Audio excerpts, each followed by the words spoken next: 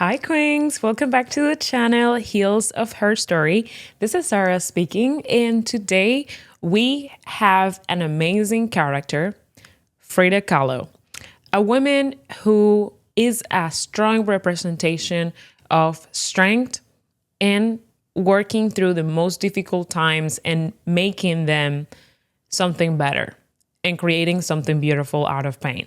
This Mexican artist refused to hide her scars, and instead, she used them to build one of the most beautiful art and most raw type of art ever created.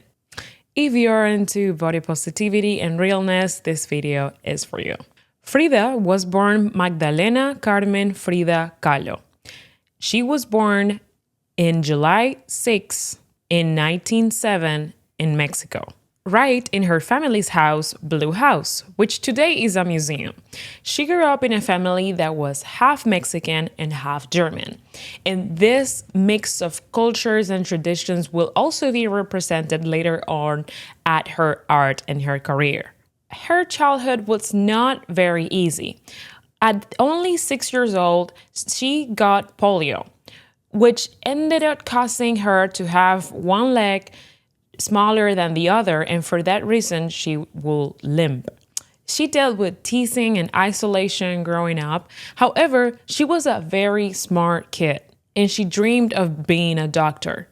In 1922, she became one of the only 35 selected girls that will be part of the National Preparatory School. She was a brilliant young lady with a very positive future. However, unfortunately, everything changed for Frida a day of September in 1925. She was only 18 years old and she was part of a car accident that ended up causing multiple fractures on her body. The accident was so bad that doctors didn't think she was even going to survive.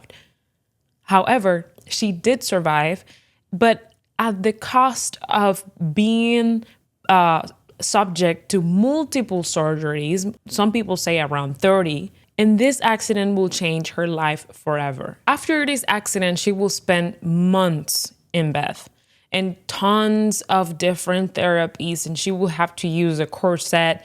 It was very difficult. However, at the time, her mom gifted her a mirror that was near her bed, and the passion and the discipline for painting started right after. Frida started painting herself.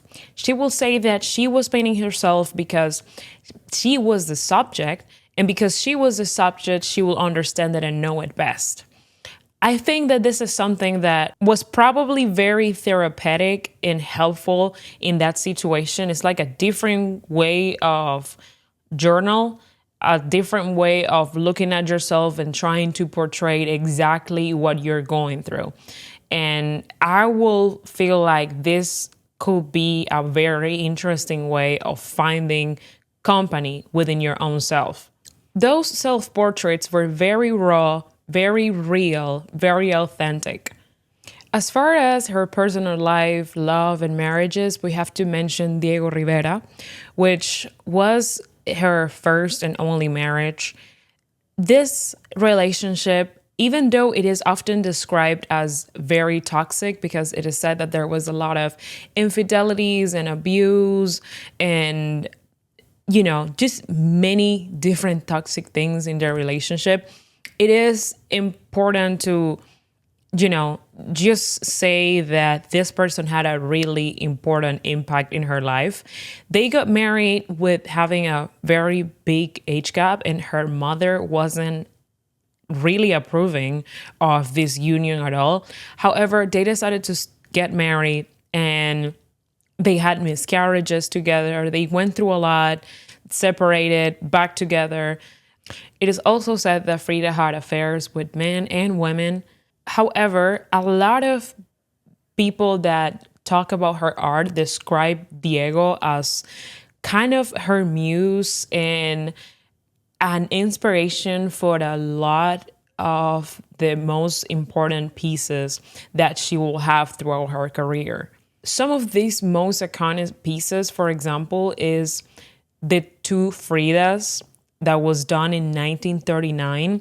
This was after divorce, and it shows her dual identity. Also, the self portrait with torn necklace and hummingbird, the broken column, also done in 1944, and the Henry Ford Hospital that was done in 1932 after her miscarriage.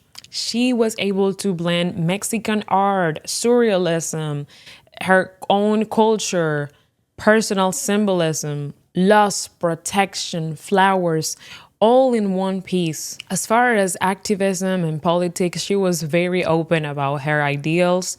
It is even said that she hosted Leon Trotsky from the Bolshevik Russian Revolution at her house, and some people even rumored that they had a short affair. However, she was very open about what she believed and the things that she wanted for the world. Sadly, on July 13 of 1954, she died. It is said that she died because of a pulmonary embolism. However, some sources suggest that she committed suicide. They said that in her notebook, she left a note saying, I quote, "I hope the exit is joyful." These last words to me say a lot of somebody that has suffered a lot in life and that just hopes that the after is nicer than what she had experienced here, unfortunately. I will say that probably the reason why her success, let's say, was so big outside of her talent and everything, I think most of it is the symbolism of turning a tragedy into something bright and beautiful. And I think in artists in general, not only painters, but also like great musicians and writers and poets,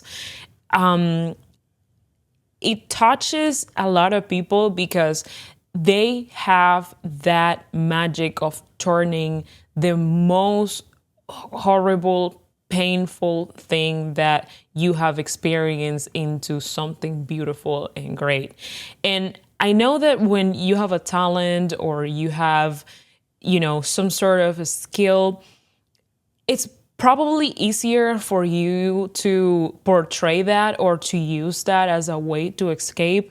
But I think in life in general, this is something that we can take lessons of, because even if you don't necessarily paint or write or make music, I think we all have the power within ourselves or turning something bad and tragic that happens to us into something beautiful that can inspire others, and it can just make things better for us and, as a result, obviously inspire other people. So this is for me what I take most importantly out of her story and her art and just artists in general. I always think that in life, like, obviously it is important to learn about, your mistakes and the things that you don't do right and all of that. But I think one of life's most important lessons is how to turn something bad or painful and how to, process it, work through it, and make it into something more beautiful. I think that's the thing that we are all sent to learn and do in this life. I hope that this video was something that you liked and you enjoyed. I'm gonna be continuing making videos about female artists, characters, and historical figures. I very much like to know if there's anybody that you would like me to talk about, to please leave it in the comments and I will 100% look into it. Also, make sure you like and subscribe. Thank you so much for being here and see you on the next one. Bye-bye.